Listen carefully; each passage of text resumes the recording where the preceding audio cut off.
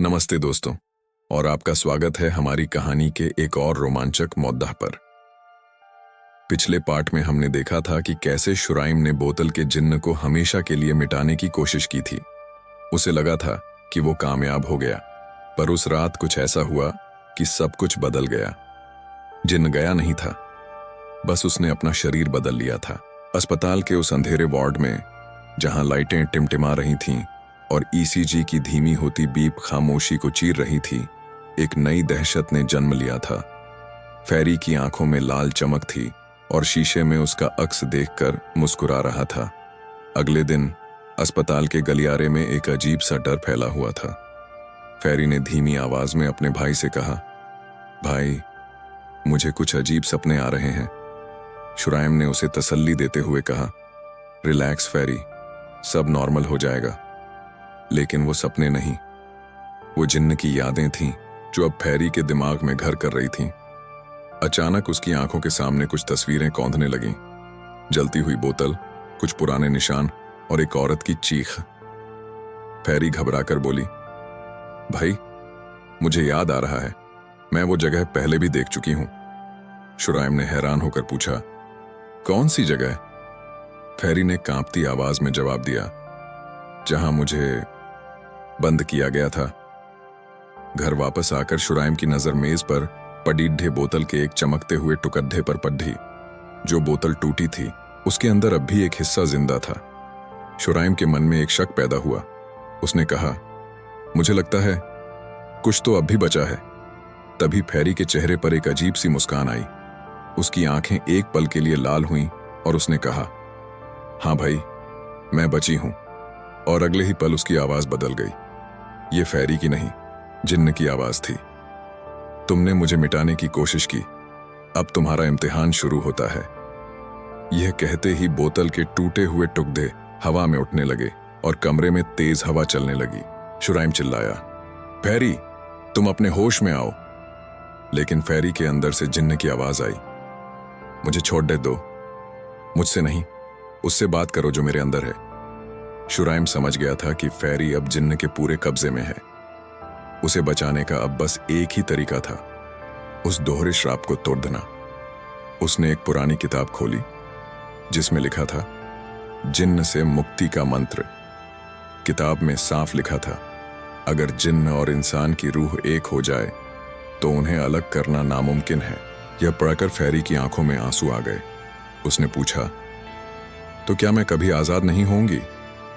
शुराइम ने हिम्मत से कहा, नहीं, ऐसा नहीं होगा। अगर मैं अपनी रूह का एक हिस्सा तुम्हें दे दूं तो यह श्राप टूट सकता है।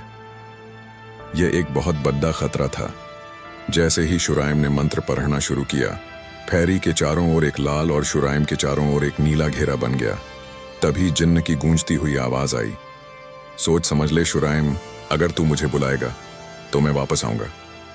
शुराइम ने पूरी ताकत से चिल्लाकर कहा, आजा, आज या तो मैं रहूंगा या तू। अचानक कमरे में धुआं भर गया और एक पल के लिए शुराइम और जिन्न का चेहरा एक दूसरे में मिलता हुआ दिखाई दिया। नमस्ते दोस्तों, और आपका स्वागत है हमारी कहानी के एक और रोमांचक मुद्दे पर। पिछले पार्ट में हमने देखा था कि कैसे शुराइम ने बोतल के जिन्न को हमेशा के लिए मिटाने की कोशिश की थी। उसे लगा था कि वो कामयाब हो गया, पर उस रात कुछ ऐसा हुआ कि सब कुछ बदल गया। जिन्न गया नहीं था, बस उसने अपना शरीर बदल लिया था। अस्पताल के उस अंधेरे वार्ड में, जहां लाइटें टिमटिमा रही थीं और ईसीजी की धीमी होती बीप खामोशी को चीर रही थी, एक नई दहशत ने जन्म लिया था। फेरी की आंखों में लाल चमक थी और शीशे में उसका अक्स देखकर मुस्कुरा रहा था। घर वापस आकर शुराइम की नजर मेज पर पड़े बोतल के एक चमकते हुए टुकड़े पर पड़ी। जो बोतल टूटी थी, उसके अंदर अब भी एक हिस्सा जिंदा था। शुराइम के मन में एक शक पैदा हुआ। उसने कहा, मुझे लगता है कुछ तो अब भी बचा है। तभी फेरी के चेहरे पर एक अजीब सी मुस्कान आई। उसकी आंखें एक पल के लिए लाल हुईं और उसने कहा, हाँ भाई, मैं बची हूं। और अगले ही पल उसकी आवाज बदल गई। यह फेरी की नहीं, जिन्न की आवाज थी। तुमने मुझे मिटाने की कोशिश की, अब तुम्हारा इम्तिहान शुरू होता है। ये कहते ही बोतल के टूटे हुए टुकड़े हवा में उठने लगे और कमरे में तेज हवा चलने लगी। शुराइम चिल्लाया, फैरी, तुम अपने होश में आओ।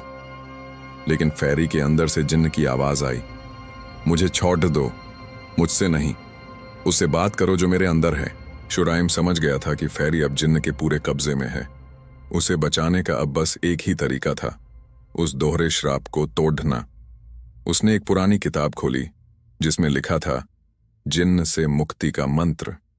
किताब में साफ लिखा था, अगर जिन्न और इंसान की रूह एक हो जाए तो उन्हें अलग करना नामुमकिन है। ये पढ़कर फैरी की आंखों में आंसू आ गए।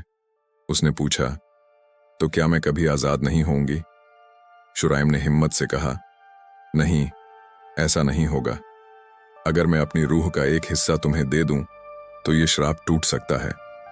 यह एक बहुत बड़ा खतरा था। जैसे ही शुराइम ने मंत्र पढ़ना शुरू किया, फैरी के चारों ओर एक लाल और शुराइम के चारों ओर एक नीला घेरा बन गया। तभी जिन्न की गूंजती हुई आवाज आई, सोच समझ ले शुराइम, अगर तू मुझे बुलाएगा तो मैं वापस आऊंगा। शुराइम ने पूरी ताकत से चिल्लाकर कहा, आजा, आज या तो मैं रहूंगा या तू। अचानक कमरे में धुआं भर गया और एक पल के लिए शुराइम और जिन्न का चेहरा एक दूसरे में मिलता हुआ दिखाई दिया। वो रस्म दो रूहों को एक साथ बांध रही थी। दोनों हवा में उठ चुके थे और पीछे से मंत्रों की आवाज तेज होती जा रही थी। फैरी ने दर्द से कहा, भाई, मुझे मत छोड़ दो। शुराइम ने जवाब दिया, मैं यहीं हूं फैरी, बस याद रखना तुम मेरी बहन हो। तभी जिन्न की आवाज आई, तुम दोनों एक साथ मारे जाओगे। और फिर एक जोरदार धमाका हुआ। एक लड़के और एक लड़की की मिलीजुली चीख गूंजी और फिर सब कुछ खामोश हो गया। जब धुआं छूटा तो कमरे में कोई नहीं था, बस मेज पर वही बोतल पड़ी थी, लेकिन अब उसका रूप बदल चुका था। उसके अंदर अब दो अलग अलग रंगों का तरल घूम रहा था। अब वो बोतल सिर्फ एक जिन्न का नहीं, बल्कि दो आत्माओं का घर बन चुकी थी। कई साल बाद एक पुरानी चीजों की दुकान में एक कलेक्टर की नजर उस बोतल पर पड़ी थी। दुकानदार ने उसे मना करते हुए कहा, यह बोतल मत लो साहब, इसका इतिहास बहुत बुरा है। लेकिन कलेक्टर ने उसकी बात नहीं मानी और कहा, मुझे सिर्फ पुरानी चीजों का शौक है। उसने बोतल खरीद ली। उसे क्या पता था कि वो अपने साथ एक नया श्राप घर ले जा रहा है। जैसे ही उसने बोतल उठाई, बोतल के अंदर से एक पल के लिए फैरी का चेहरा दिखाई दिया और गायब हो गया। एक नई कहानी शुरू हो चुकी थी। उस रात जब कलेक्टर आईने के सामने खड़ीडीडा होकर बोतल को देख रहा था, तो आईने में उसका अक्स बदल गया। उसे अपनी जगह शुराइम दिखाई दिया। वो घबराकर पीछे हटा और बोला, ये मैं नहीं हूं। जिन्न का श्राप एक बार फिर नए रूप में वापस आ चुका था। अंधेरे में एक फुसफुसाहट गूंजी, मैं लौट आया हूं। दोस्तों, अब उस बोतल में सिर्फ जिन्न नहीं, बल्कि शुराइम और फैरी दोनों की आत्माएं कैद हो चुकी हैं। लेकिन ये कहानी यहां खत्म नहीं हुई है।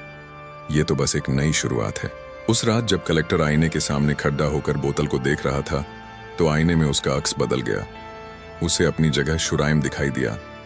वो घबराकर पीछे हटा और बोला, ये मैं नहीं हूं। जिन्न का श्राप एक बार फिर नए रूप में वापस आ चुका था। अंधेरे में एक फुसफुसाहट गूंजी, मैं लौट आया हूं।